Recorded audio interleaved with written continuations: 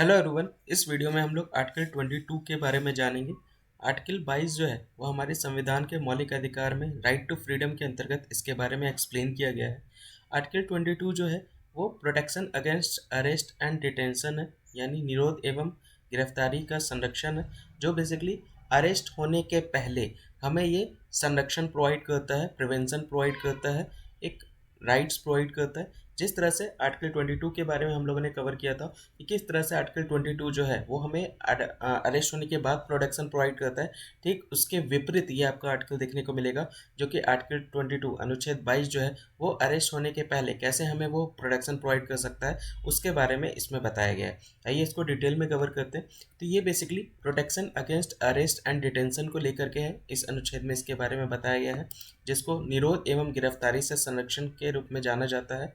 इसमें साफ साफ कहा गया है कि ये एक तरह का प्रोटेक्शन प्रोवाइड करता है पर्सन को उनके अरेस्ट होने के पहले और डिटेन करने के पहले। देखिए, दो तरह का डिटेंशन होता है, ठीक है। दो तरह का हिरासत में लिया जाता है। जैसे किसी व्यक्ति को गिरफ्तारी एवं निरोध से संरक्षण ये प्रदान करता है।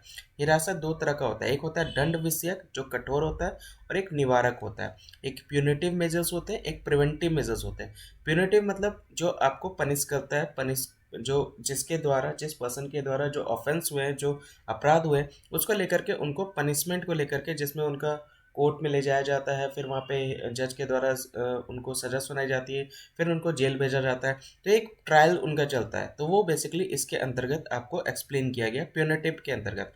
लेकिन जो प्रिवेंटिव होता है, प्रिवेंटिव डिटेंशन जो होता है, जो प्रिवेंटिव हिरासत में जो लिया जाता है, जो निवारक हिरासत में लिया जाता है, वह वो होता है जिसमें एक तरीके से ये उनको सही रास्ते पे लाने का काम करता है। यानी ये इसका इसका इसका मतलब ये नहीं है कि जो जिनको दोषी ठहराया गया है उनको सजा सुना। देखिए, सजा तो एक प्रोसेस है, लेकिन इस तरह की गलती उनसे दोबारा इन फ्यूचर ना हो, उसको लेकर के यहाँ पे ये प्रिवेंटिव मेजर्स के रूप में इसको एक्सप्लेन किया गया है, ताकि यहाँ पे इसका उद्देश्य किसी व्यक्ति को पिछले अपराध पर दंडित न कर भविष्य में ऐसे अपराध न करने को चेतावनी देने जैसा है, ताकि जो अपराध उससे हो गया है उस तरह के अपराध उससे दोबारा इन फ्यूचर रिपीट ना हो, तो उसको लेकर के यहाँ पे ये बताया गया है। तो इस तरह से निवारक हिरासत केवल शक के आधार पर एहतियाती होती है, ये देख सकते हैं।